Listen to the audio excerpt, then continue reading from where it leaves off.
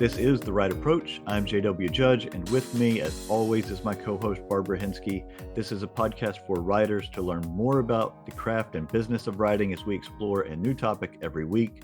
Our guest today is Diane Kelly, a former tax advisor who inadvertently worked with white-collar criminals. She's the author of a white-collar crime series, Death and Taxes, and several cozy mysteries. She's here to talk today about writing a series and how to get the most out of writing organizations. So Diane, thanks for being with us.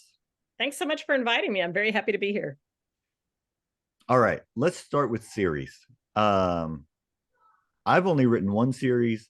I know that you have written several and Barb has written several. And I know that this came up in our last interview that we did, which was episode 40. When I was looking on Amazon at your author page, all of your series are so distinct from each other that it really gave me an idea for, like, you have your pet detective series, and like you just have all these series and they're so distinct from each other that they tell the reader exactly what you're getting into. So how much of that, I mean, I know it's intentional. What goes into that on your end? Well, to me, it all starts with character. And I think, each character is very distinct in each of those series. In my Death and Taxes series, it was a petite tomboy from East Texas who this is a little bit autobiographical, but she went to work for a CPA firm and just didn't quite feel like she fit in.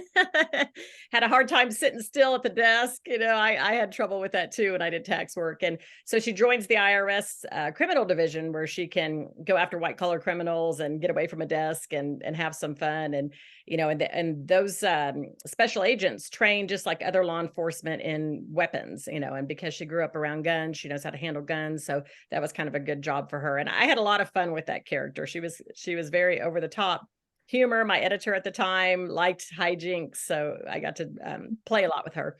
Then during that time, I attended the Citizens Police Academy in Mansfield, Texas, where I used to live, and got an idea for a female police officer.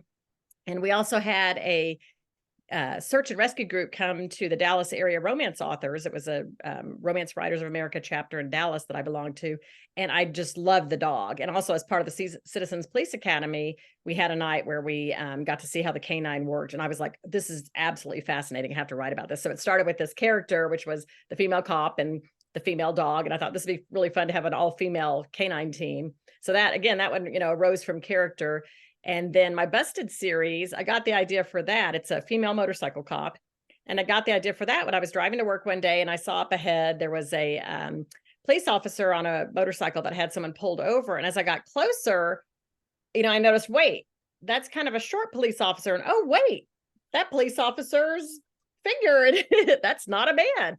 And I was just fascinated by that. That was the first time I'd ever seen a female motorcycle cop. So I thought, oh, there's a character right there. So that started my Busted series. And my Busted series is a little different because it's not the same police officer all the way through. It's the same concept all the way through. So each book is a different female motorcycle cop, and they're set in different areas. So that's kind of fun to have a little spin on that series there. And then with my House Flipper series, female carpenter, came to mind. I thought that'd be really fun to have, a woman in a non-traditional role. And then my next one was my Moonshine series. I lived in Nashville briefly, not long enough. I absolutely loved Nashville. But when I was there, I discovered that companies are now producing commercial moonshine. And I was fascinated by the whole moonshine thing. So the character in there is a moonshiner. And my most recent series is my Mountain Lodge series, which is set here in Beach Mountain, where I'm zooming from right now. And that one I especially kind of liked that I got to write an older character. She just turned 50, which really isn't that much older. I'm older than that. But, with a lot of cozies, they're usually around 30. And, I met with my editor and said, I'd really like to write about someone that maybe has, a little more experience, a little more perspective, especially because to me, the mountains kind of represent perspective. And so that's been fun. She's on her second act in life. She just got divorced, sent her youngest to college, and bought a mountain lodge. So kind of the distinction all comes because these characters are all very different to me, just like we as people are all very distinctive. And I think that's what gave them each their flavor. It all derives from character. So can I ask you, you have all of these series. have you concluded any of them, or are they all continuing? And how many do you try and write a year? What's your schedule for that? What's your series maintenance plan? So my Death and Taxes series did conclude, and it Okay. concluded with tears by me and my editor. It was like saying goodbye to good friends. I didn't realize it would be that emotional. I felt at the time, that this has run its course. It's, I had a romantic arc that spanned the series. The couple got married at the end. Spoiler alert. That was kind of the overarching arc. Then my Pawn Enforcement series, I had planned to wrap that up with one more book. I have 9 books that are out in the series, and I met with my editor right before COVID. In fact, it was March, the beginning of March of 2020. We met in person in New York. COVID was already kind of around. We did the little elbow bump instead of shaking hands and stuff when we had lunch. And she and I had decided, okay, let's do one more book, wrap up that series, and move on to something else. Well, when they pitched it to marketing, the marketing said, no, we want her to move on and write some cozies. So I was kind of like, but I have all these ideas for the final book, and it's still all there in my head. I kind of worked it out. And I've since gotten so many emails from readers saying, are there going to be any more in that series, that I've decided to continue that independently. And Mhm. I'm also considering, depending on how that goes, I'm going to write the next book, which is Pawfully Wedded. So I will have, the culmination of the romantic arc. But if that goes well, I might continue that on, because I really love those characters, and I don't see why marriage has to be the death of, No. that series. So that one, for sure, there will be at least one more book, possibly more. My House Flipper series, I just turned in book 6, which is the last one I'm contracted for. So that kind of depends on how the contract goes. The Moonshine series, my publisher for that one did not elect to continue that one. The sales were average, not great. It was okay, and I think maybe, they feel like maybe there's another concept that could sell better. And so I'll decide whether I want to continue that one. I really liked the characters and had fun with them, but I'm not sure if there's going to be time. And people did enjoy it, but I didn't quite get the reaction that I got to some of my other series. I think it being Moonshine is maybe more of a niche, Yeah. I concept, which is fine. So, but that's always the gist here, right? Is like balancing the business versus the art. Because I had a whole lot of fun writing the Moonshine. I like Moonshine. Apple pie moonshine is awesome. It tastes so good, but not everybody is into that, and Well, so and that's the other one. that's the point that I was about to make, is what you just said, is you are balancing the artistic side and the business side in making these decisions, because this isn't just, you know, it is a business, and we've got to treat it like that. And so, if there are things that we want to write, but we know that our time and revenue could be better spent writing other things, and that certainly has to be a consideration. Mhm. Um, so, let's say that you like the Moonshine series, and want to keep doing it, decide to do it, or are considering writing others independently. How do you decide whether it's worth your while, regardless of how much you enjoy it, as compared to other things you could be writing? Well, to me, it's really about reader reaction. And when I saw all the emails coming in about pawn enforcement, and I started keeping a list, and it's this ever-growing list, I went, this is not done. This is not done for me, and it's not done for readers. They want more. So that to me was a very um obvious, nudge to continue with that series. And I felt like it was undone. It was kind of this sort of angsty feeling inside me. The Moonshine series, I feel like I had fun with that, but I think I could let that go. It was a cute concept. Maybe I'll pick it up. Maybe I'll do some shorts. But the indie stuff, my Busted series is all done independently. All of my other series were with traditional publishers. So the indie stuff has to fit in around my deadlines for my traditional publishers. Those are legal contracts. I want to fulfill those, and I don't want to jeopardize my relationships with those publishers. I appreciate all that they've done for me. They gave me my career. So those have to come first. And Barbara asked about scheduling. And when I first started, I was doing one book a year, just the Death and Taxes series. Then we added the Pawn Enforcement series. So then it was 2 a year. And then at one point, I was doing 3 a year. And with the Moonshine series, I was doing 3 a year. And that got pretty tight. Yeah. In theory, if I think, well, if I sat down and wrote 1,000 words a day, which is very doable, I could get a book done in, a couple months, get it revised, do the revisions that the editor wants for me, the developmental revisions, the copy editing and all that. And in 4 months should be fine. And 3 books a year should be great. But inevitably, life gets in the way. I just spent 2 weeks in Texas with my mother. She had unexpectedly had cancer and had surgery, and luckily she has bounced back tremendously. She really wanted to get back to playing poker. So that was her reason for really fighting to recover quick. And she's back at poker, won $30 last week, she told me. So but there was an unexpected loss of 2 weeks of time, and time is our most valuable asset as a writer. So whenever the time gets sucked away from us, things can get kind of critical. So I can do 3 books a year, but it's tight, and it means a lot of ignoring things like housework and my husband. My pets don't quite get as many walks as they'd like, and things like that. But just like we're talking about balancing, the artistic side and creative side of writing and the business side of writing, balancing this type of career with personal life is difficult, because y'all probably feel the same way, but I feel like this is a business to me, but it's also something I enjoy doing. So it's kind of a hobby too. So in that sense, I'm willing to dedicate a little more time to it than I would a normal day job. I probably work at least 50 hours a week on my writing, because a lot of times I'm thinking about it. I might be walking the dogs, but I'm mentally, outlining a book. Things like that. And I've actually forgotten what your question was. I don't know where I went with that. Well, it was good. I like that though. I always like to say I'm the worst boss I ever had. I love that. And it's true. It's true, because you're always thinking about it. Yeah, it's really hard to turn that off and to make to compartmentalize the writing life and the personal life. And my husband sometimes will be going somewhere in the car, and he'll I get quiet, and he'll look over me and he goes, "Are you working right now?" I'm like, "Yes." Staring out the window and thinking about, "Ooh, I could kill somebody this way," or "Ooh, be a good character." Yeah. So going back to the female motorcycle cop series, because I want to touch on that, and the female carpenter series. Do you have, so with the motorcycle cop series, different characters in each book? Right. Do you have characters that cross over from one book and appear in another? Or do you keep it solely separate? I don't in the Busted series. They are all very distinct. They're one's set in Texas, one's actually set in Mobile, Alabama, and the other one is set in the Raleigh-Durham area where I live.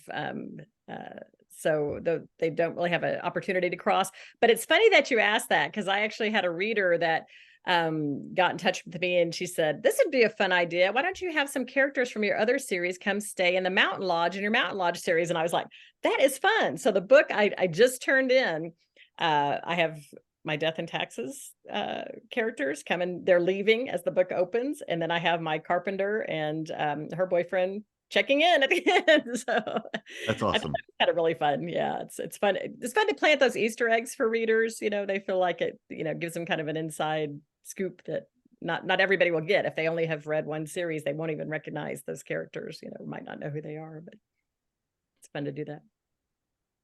So with the female carpenter, I know that, like on HGTV, there's a series that I don't even remember the name of it, because I don't really watch it all that much. But the woman and her mom, run this renovation and house flipping business. So are any of your, is any of your character work or that series inspired by any of the things that are, found elsewhere in, pop culture? Some of them are. I actually watched, a lot of those shows to get ideas, and I read a book by Nicole Curtis, who I think her title was Rehab Addict for her show. I listened to that and kind of got some ideas. She talked about the issues of like gentrification and how people sometimes will, if you buy the house and fix it up, and all of a sudden they see its potential because you fixed it up, and then they're angry. "Oh, I sold that to you for a song, and now look what it's worth." It's like, well, but the person also put a lot of time and money into it, so there are issues, it's kind of social issues, that come into play there. But yeah, I do get ideas, from that. And I get some ideas from just what I like to see. Like, for instance, in one of the books, I had my character put in a black and white checkerboard floor. Well, guess what? I just put in my kitchen, a black and white And I have since realized they show dirt like crazy. Mm. So all my life I have wanted the black and white checkerboard floor. Now I'm like, ooh, maybe that wasn't the best option with dogs, running in and out, putting muddy paw prints, on there, dragging leaves in. Since we live in North Carolina where there's trees everywhere, I'm constantly sweeping and mopping, but I still love it. So Yeah, we have particularly in the fall, we have a golden retriever who's that big old bushy tail and all that fur, and she likes to roll around in the grass and leaves. And so she's just like the house is half leaves, no matter yeah, how many, what are you gonna yep. do? They Yeah. always wait till they come in to shake. Yes. Yeah. Like you could have done that 14 seconds ago, right? Right. Our terrier's like that too. He's got really wiry fur, so it all sticks to Oh, him. yeah. Yeah, our shepherd tends to be a little more. He's a tenderfoot. He doesn't like getting in the wet grass and all that. So he stays pretty clean. All right. So I know that, switching gears here a little bit, you and Barb both are very involved in a number of writers' organizations. Mhm. What does that do for you? A multitude of things. The first thing it did when I joined, I came up kind of more through the romance writers channels, because when I started out writing, I was really writing kind of chick lit, and I knew I wanted to write strong women, but I didn't necessarily set out to write crime novels. I was still figuring out who I was as a writer, and I thought, I'm writing chick lit. I was in a critique group, and one of the women in there was in Romance Writers of America. So she said, you should come to the Dallas area romance authors. We have great speakers. You'll learn a lot. So I went there, and I ended up becoming treasurer for a while, program director.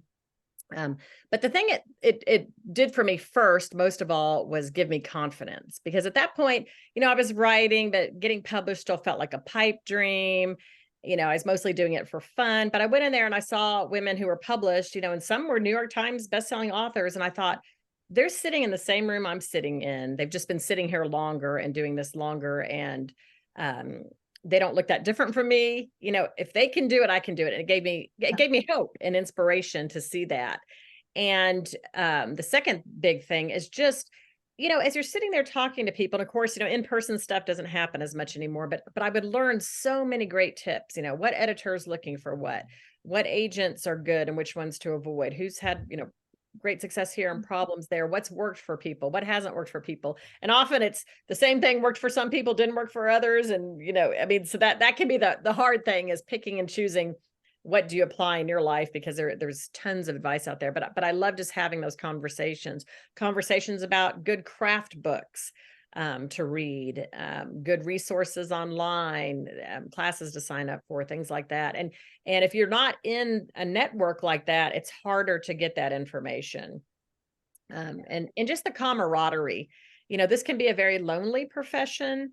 And I can't imagine just sitting at home and doing this all on my own and feeling like I was in just this vacuum or this void and not talking to other writers. I think only other writers understand exactly what we're going through.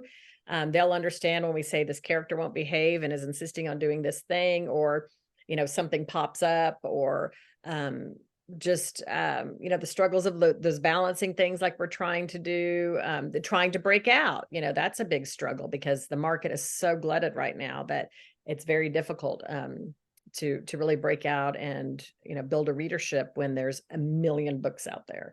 So I think all of those things are really good about writers groups. You learn so much about craft, and I think it forces people to take it seriously.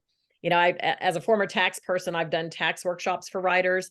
And, the first thing I start out is discussing is that distinction between a business writer and a hobby writer, and how the tax situation is different for each one. So I think people who join those groups, it is a sign that they're taking it seriously, and it sort of forces them to. You show up every month at a meeting and you start realizing, oh, okay, this is what I need to be doing. I need these constant inputs.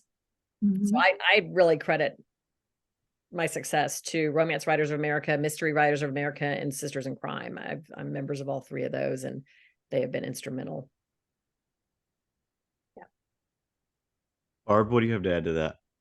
Yeah, I completely agree with that. It helps. I'm an indie author in my in ebook and print. And so there's so much on my plate. It is so nice not to do everything alone. Uh, Right. yeah, I've been developed a network I can reach out to, and get instant answers to things that if I was Googling or YouTubing or, contacting through customer support or whatever, it would take me hours or days. And it just wears you down. Plus, it's fun. It's fun to be. I'm involved in Sisters in Crime, and I just love my other sisters and misters.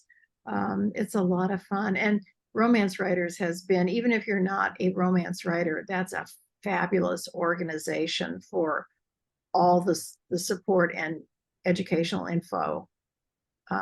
Plus, I think the romance writers were the first ones to really figure out how to cross promote each other. Right. Yeah. Yeah, and they've just done a great job. So I think that's worth anyone who's listening who is interested in becoming more than a hobbyist. One of your first steps should be find a local organization that's vibrant and that you feel comfortable with. If it's Sisters in Crime, you don't have to write crime. You can write anything, but or same with romance, get involved. You'll be glad you did. Yeah, I agree with all that. And I think, your point about not having to start from scratch, learning things is one of the best things. It's a shortcut. Somebody else has already done what you need to do, and they can say, here's how to upload something to Amazon. Here's how to use Vellum to format your document. Here's a good copy editor if you want a copy editor. And it's just a shortcut because somebody has already done what you've done. And yeah, and there's just no substitute for that online. Yeah.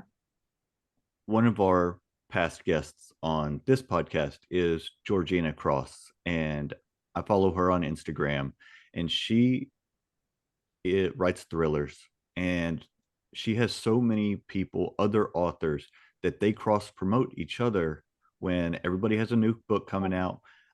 I don't know what organization she's a part of that that they do that for each other. I'm sure she is, but you were talking about one of the difficulties in this business is breaking out, which has been, I've written five, let's think, I have 4 books out. I just finished my 5th. And that has been what I like. I can write the books and they are what they need to be. But finding that audience is the hardest part. And so if you can get a community of people that will help you shortcut that by sharing it with their people, and if their books are like your books, then you can say, and and if you trust the writing and trust the person and can say it in good faith, say if you like my stuff, you're going to like theirs. And those audiences, that just compounds it and builds it faster. And so I think that's a huge benefit. Yeah, I totally agree on that. And, we talked earlier about how many books per year an author can produce, and it's maybe 3 at the most. And readers can read more than 3 books a year. So I think it's, there's no downside to promoting other authors, and there's a total upside because then they will also promote you. One hand washes the other, and we all need each other. And I think this is, that's great. I mean, it's nice when people can work in a friendly environment like that and help each other out. And I've had other authors that have given me ideas for my books. I went walking with author Melissa Bourbon one morning. We were walking our dog. She lives real close to me in North Carolina, which is a real coincidence because we had known each other when we lived in Texas, just loosely. And then both of our husbands' jobs took us to the same area of North Carolina. And now we're really, really close friends, because we've had a chance to get to know each other better. But I was telling her, I said, well, I'm having trouble coming up with an idea for my next house flipper book. What would be interesting to flip? And she said, a houseboat. So guess what was in my next book? A houseboat. And my friend Paula, who actually isn't a writer, but she's a big reader. We were on Friends of the Library together in Mansfield, Texas. She's the one who gave me the whole idea for that series. I said, I know I want to set something in Nashville, but I'm not sure exactly what I want to do. And my editor had said, let's not go the music route. Let's try to do something else. And Paula has cousins who lived in Nashville. And she said, every time I go to visit them, I see all these houses being rehabbed. And I'm like, there we go. So it's nice having those inputs. So again, can't hide and avoid or vacuum. We need each other to, for the inspiration, stimulation, information, and we give back to each other too. I'd like to think I helped other people, with some of their things too. Yeah, I'm sure you have. One thing I wanted to go back to on the writing, I wrote a note because I didn't want to miss it, is you are traditionally published for some of your books, have indie published others, and sounds like you're going to again in the future. And you mentioned writing and editing. Is your process for what you do as far as writing and editing and preparing your books substantially similar, regardless of whether it's traditional or an indie published book, or what does that look like for you? I For the most part, it's very similar up to when it comes to, the uploading, of course you have to do all that yourself when it's indie, but this is probably going to sound awful. But I think I'm a little more careful with my indie books because I know it's all me. And usually I have an author friend who will read it and kind of act as my developmental editor. But with my traditional books, I know my editor is going to read it, and I'm also going to have a copy editor, and they're going to catch all those things. So there's a little more of a safety net with the traditional publishing. I certainly try to always turn in the best book I can when I turn it in, but I also know it's all on me with the indie. So I try to make sure I'm very fresh when I sit down to write, and that I set things aside and then look at it with a fresh eye, several weeks later. Because if there's mistakes in there, it's all on me. And I don't want to have typos, and I don't want to have issues and things. So I think it's a little more stressful doing indie, but you can write whatever you want indie too. So there's kind of it's this dichotomy. It's a little more stressful, but you also, I think, feel very proud when you have done something pretty much all yourself. Yes. And you can write whatever you want to write. So, a concept that a traditional publisher might think, well, there's not enough of an audience for that, a niche topic. You can write those indie and, have a lot more freedom to put whatever you want to put out there. So, Yeah, it's because wonderful that we have all these options now, because when I first got into writing, it was around 2004, and indie publishing was just becoming a thing, but it was still very much looked down on. Um, People didn't do it unless they couldn't get a traditional publisher for the most part, I would say. But then, boy, the people who got in then and got in on the ground floor, more power to them. Some of those people have made a ton of money because the market was not glutted then, So there's just so many different ways your career can go with writing. And sometimes I wish I'd taken more chances. But then I also just realized that's not my nature. I'm not a risk taker.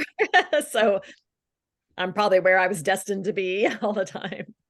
well, and so, you mentioned writing those more niche books. It's a lot easier on the independent side for you to make that profit and loss sheet look good than it Yes. is for the big publisher with all of the overhead. So you can afford to take on those smaller markets and those topics that you want to explore, because you can still be really profitable if you find the right group of people who want to read it, even if Right. it's not a large group, but they're invested in that series and they want to do it. And I think that brings us back to series that, if you find the people who like it and they keep coming back for 7, 8, 9 books, and it keeps selling, it doesn't have to be a huge number of people. It doesn't Right. have to sell thousands and thousands and thousands of copies every week to justify its existence and continued work on the series. And I think that that's one of the benefits that can be had for people who want to put the work in to, explore doing it independently. Right. Right. And the nice And thing about that too, like with my Busted series, my first book in that series is full length. It's about 90,000 words, 85,000 words. And, originally I wrote it to be a standalone. And at the time I had that, just as a manuscript unpublished, and my first Death and Taxes book as a manuscript unpublished. And I was shopping them in the Romance Writers of America chapter contests. So the chapters, to raise money for their chapter, would have these contests. You could get feedback. And my Death and Taxes book would always, place pretty high. And Busted would which was my first motorcycle cop book, people either loved it or hated it. And at first I was like, well, how could they hate this? But then Linda Castillo came and spoke at our chapter, and she said, that's exactly, and she kind of hit on it. I mean, I didn't ask the question, but she said, you want people to either love you or hate you. You want them to have an extreme reaction, because those people who absolutely love you will keep reading that series. Because some people just really didn't like that. And it might have been because it was romance circles, that she was not the traditional romance character. She was not, Marnie in the first book was not necessarily physically attractive. She was heavy. She was a biker chick, kind of rough around the edges. And some people didn't like that. Other people loved it and cheered her on. But after I wrote that first book, I thought I want to do more in the series but I don't feel like I have the time to write another full-length book. So the next two in the series were more around 30,000 words and were novellas. But just like you said, I mean, the payback on that has been pretty good, because when people go in and buy that first book, they almost inevitably buy the entire series. They like it. They like that concept. So yeah, so for indie, that's been good, because your amount you get And per book is much higher. Even though I'm selling the two shorter ones at only $2.99, I get $2.10 on that. So and that brings up the point that indie authors are almost always doing advertising to get their books noticed and to find their readership. And if you've got a series, you always advertise book one in the series, and you don't have to be so concerned about breaking even on book one's ads. If you've got a whole series to send them to, you can still profitably cash flow based upon those early ads. So and it doesn't matter if the other books are shorter or novellas or not. You can control the purse strings a whole lot easier. yeah, that definitely is nice. Oh, and another thing I wanted to mention about series, I've also done a series that was a collaboration. So my book was just one of four of the series, and Christy Craig, Lawrence Kelter, and Melissa Bourbon were the other authors, but we set them all in the same town. So we had this fictional town of Tumbleweed, Texas, and they were all short stories or novellas, around 30,000 words. And we included some of the same characters. We came up with, the barista at the coffee shop. We came up with, things in the setting, the courthouse in the middle of the square, and Melissa even created this great map. And that was a really fun experience too. So that's something, if people like doing series and you want to have fun with some of your author friends, that was kind of a neat thing to do, because we were all promoting it. So that's another cross promotion thing. And then usually if people go in and buy one in the series, they'll buy all of them. So it's our way of generating sales for each other. And that was a really fun series. That one had some more over the top humor, because we all got to write that. So we had a blast with that. So collaborations are another way to do a series. And if anyone's considering that, one suggestion I would give, and that we followed, that we had heard elsewhere, is make it so that people can enter the series at any point. So don't necessarily have things be chronological, keep your stories loose enough that if somebody reads this one first, it's not going to screw up the reading of the next one, have them be kind of independent. All right. So I don't write humorous books, but there are humorous things that happen, because humor is, for my money, it's the hardest thing to write effectively. Yeah. And I feel like it takes a lot of practice and effort to get it right. Because so I'll give an example. This isn't writing, but this is presenting. It's one thing if you're presenting at a conference and you're standing at a room full of people, and when I've done it, it's been, lawyers. And so we have a particular dark sense of humor usually. And you can get, immediately whether something is working or not. And then after COVID hit, I did several presentations on Zoom, in which it's all just, blank screens with people's names and everybody has their mics off, or it's just pre-recording a webinar that's going to be released later. And you have, a quip or an aside or whatever, and you never know if it landed. And that is just hard. And it's kind of the same thing in writing. Like when I'm writing and I'll write something and it strikes me funny and I'll leave it. You just don't know if it's landing. So what do you use to kind of guide that for you? Yeah, that's a great point. I mean, humor is hard, and I find that in my really humorous scenes, they take me maybe five times longer to write than other scenes. But originally, when I was writing and I had a critique group, my measure was, are they laughing when they read my stuff? If I didn't hear any laughs, I didn't do my job. And I remember one time turning to my friend and I'm like, nobody laughed tonight. And she said, I laughed on the inside. And I thought, okay, well, that's a good point, because some jokes are not everything is an LOL laugh out loud moment. Some of them are just, oh, that's clever, or that's perceptive or something. So it is harder now because, now I don't go to a critique group. I'm far enough along in my career and just don't have the time for that. But, my editor will tell me if a joke falls flat, or if I find if it amuses me, especially like, because what's coming in your book. So when I'm doing my reread before I turn it in, if I still feel a little chuckle, I'm like, okay, good. Then that is a good joke. If I kind of go, ooh, groan worthy, take it out, So I kind of have to measure like how do I feel about it when I'm hearing it again and it's not even a fresh joke? If I still find it amusing, that's kind of my measure. But it's interesting too with humor, and I actually do a workshop on writing humor too, is that, they always talk about comedic timing with things that are being presented. And I even took a stand-up comedy class just kind of as a creative input. And the teacher talked about that, about comedic timing and how, put in a pause and stuff. And it's really hard to do that in writing because you're not controlling how fast your reader is reading. So word choices are very careful, trying to sort of force a cadence or force pauses if needed, dot, dot, dot, using that ellipses. Punctuation can really change how someone, can really help control the timing of how someone interprets something, but it is much harder. And of course, trying to do any kind of physical comedy, that's hard to do on the page. It can come off kind of silly, but I do remember a scene in one of Janet Ivanovich's Stephanie Plum books, though, where the main characters, Stephanie and Lula, they're fugitive apprehension agents, bond enforcement agents going after a guy, and he strips himself down naked and slathers himself up with Vaseline, is like, come and get me, girls, so they're trying to basically catch a greased pig. So I thought she did a good job with that, because it is hard to do physical humor on the page, but another hard thing with humor is that what people find funny is different. Some people, like slapstick, other people, find it grating. So trying to find, some happy medium there, and to not use humor at someone's expense, is especially now, we're all more aware of, things that might be triggering for people or that are insensitive that used to be standard fare. So it's a little harder, I think, to make sure that we're being funny, but we're not hurting anybody, because we don't want to do that, in our books. Well, I think that I love to bring episodes to a close at a really practical point. And I think that is the point here for us. So before we go, I want to make sure you tell people where they can find you, follow you on social media, just to keep up with what you're doing. Great. So my website is dianekelly.com, and that's spelled DianeKelly.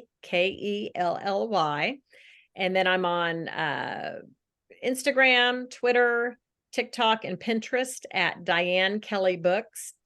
And would love to connect with people there. I try to follow back as much as I can. And, usually I'm posting, like this morning, it was a picture of a deer walking past our place in Beach Mountain, things like that. So you will get a lot of wildlife. You'll get a lot of my cats, some of my dogs. But I think most of my readers tend to be pet people. So I think they enjoy that. But yes, would love to connect there. And I also have an author Diane Kelly page on Facebook. Perfect. Well, thank you so much. I really enjoyed this conversation. I got a lot out of it. I made some notes of things I need to take away from it. So thank you. Well, thank you for hosting me. I really appreciate this. I know this takes time out of your busy day, and you've got a lot to do. So I really, really appreciate this.